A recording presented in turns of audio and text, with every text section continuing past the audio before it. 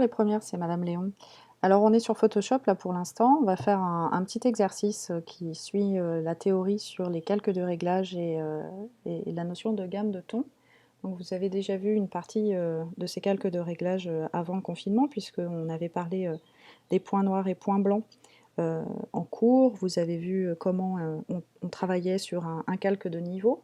Donc là, il va être question de revoir un petit peu ça et puis de les utiliser non pas seulement pour corriger une image, mais aussi pour réaliser un effet. Alors, je vous ai donné plusieurs images pour vous entraîner là-dessus. Moi, je vais aller en choisir une, donc directement dans Photoshop, je vais ouvrir une de ces images. Je vais choisir mer avant. Voilà, donc on a cette image qui est toute simple. La première chose qu'on peut remarquer quand même, c'est qu'elle a un horizon qui est légèrement décalé, incliné plus exactement, donc on va corriger déjà ce premier défaut. Pour ça, vous allez avoir besoin de votre outil recadrage. Donc vous sélectionnez recadrage, et à partir de là, en haut dans votre barre d'options, vous avez la fonction des inclinés que vous sélectionnez. Votre curseur vous permet ensuite, en cliquer, glisser, de tracer un trait, un petit trait, pas la peine de faire l'ensemble de l'horizon. Vous voyez, on a un angle qui est quand même assez prononcé, 4,5, 4,4. Donc vous faites ce petit cliquer-glisser et en relâchant, votre logiciel vous propose le recadrage le plus adapté pour que votre ligne d'horizon soit tout à fait horizontale, comme ça doit être le cas dans la vraie vie. Alors bien sûr, on perd un peu sur le premier plan, mais on a ce qu'il faut et vous voyez que de toute façon on n'a pas vraiment le choix. Le logiciel vous propose vraiment ce qu'il y a de mieux pour ce recadrage. Donc on sélectionne, on valide et on a notre photo qui est redressée déjà.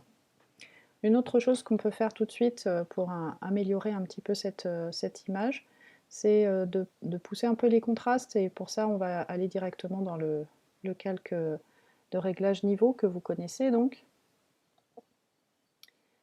Alors ce qu'on a sur cette version de Photoshop en CC 2020, c'est ou un défaut ou quelque chose que je n'ai pas compris, mais normalement vous deviez pouvoir échantillonner votre point noir et votre point blanc à partir des pipettes qui sont ici, et en appuyant simplement sur la touche Alt et en survolant votre image, vous devriez avoir les zones les plus sombres. Ce n'est pas le cas ici. Donc soit vous le faites à l'œil et vous allez cliquer dans ce qui vous paraît être le point le plus sombre de votre image, soit vous choisissez vous-même de déplacer en fait un peu le curseur. Bon, ça c'est quand même mieux de passer par l'échantillonnage. Idem pour le point blanc.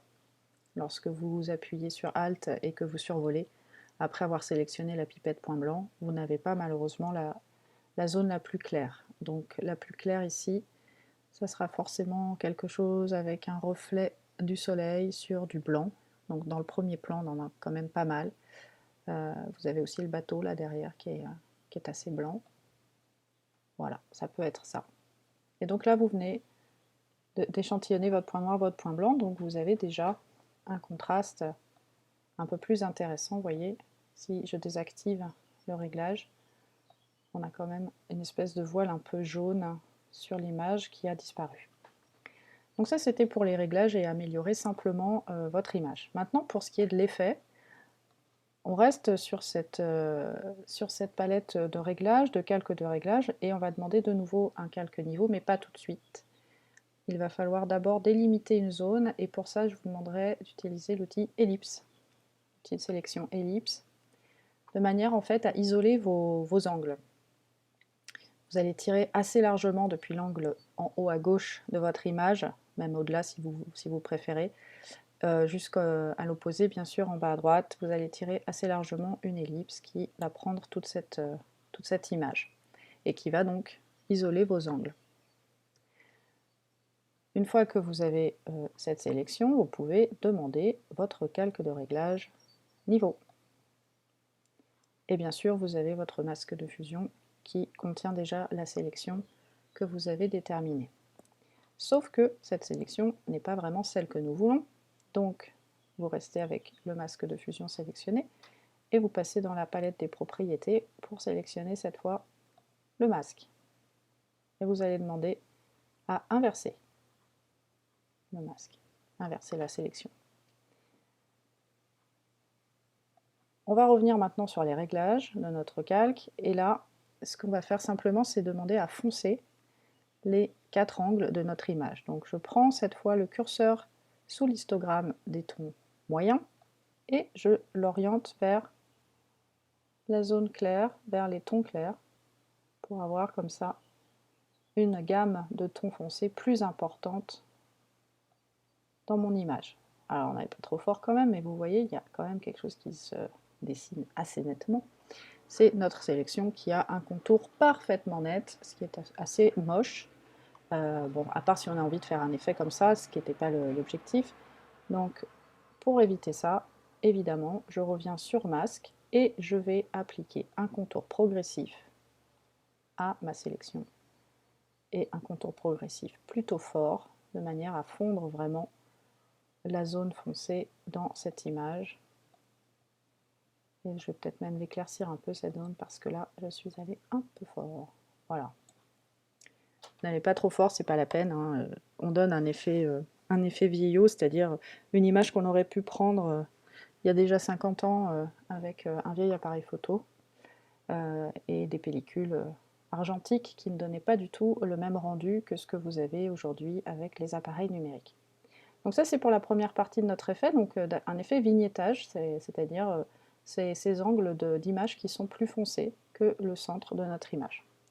Maintenant, pour accentuer encore cet effet, je retourne dans mes calques de réglage, et cette fois je sélectionne un calque de réglage courbe pour pouvoir jouer sur, cette fois, les couches de couleurs. Donc vous avez, comme dans tous les calques de réglage concernant les tons, vous avez bien sûr votre histogramme hein, qui est toujours reproduit ici, les tons foncés et les tons clairs de chaque côté. Et là, je vais vous demander d'aller dans le petit menu déroulant pour sélectionner la couche rouge. Et la couche rouge, on va modifier son contraste en allant cliquer et glisser légèrement, j'ai dit vraiment légèrement, sur la courbe elle-même, de manière à former un S. Donc il n'y a besoin que de 2 points en fait, hein. Un vers les tons clairs et vous allez les pousser un peu, un vers les tons foncés, vous allez les baisser un peu, et ça va vous permettre comme ça d'avoir une courbe en forme de S, légère, et de transformer cette couche sur l'image. On va faire exactement la même chose avec le vert, la couche vert. On clique, on glisse pour pousser d'un côté et de l'autre côté on baisse. Et on a encore une forme un peu sinueuse comme ça, qui permet d'augmenter les contrastes. Et voilà, et vous vous retrouvez avec une image qui quand même a une autre allure que celle que vous aviez précédemment. Si vous désactivez les calques de réglage, voilà de quoi vous êtes parti. Et une fois les calques appliqués, voilà l'effet. Un peu plus James Bond quand même. Quand vous avez terminé, que vous trouvez que vos réglages sont satisfaisants, évidemment, comme d'habitude, un petit enregistrer sous. Et on va transformer le nom de ce fichier d'avant par après. Évidemment, vous pouvez mettre votre petit nom dessus aussi. Peut-être pas laisser en format Photoshop, c'est pas nécessaire. En JPEG, ça sera très bien pour nous montrer ce que vous avez fait. Et nous l'envoyer par mail. Hop. Et voilà. À vous de jouer.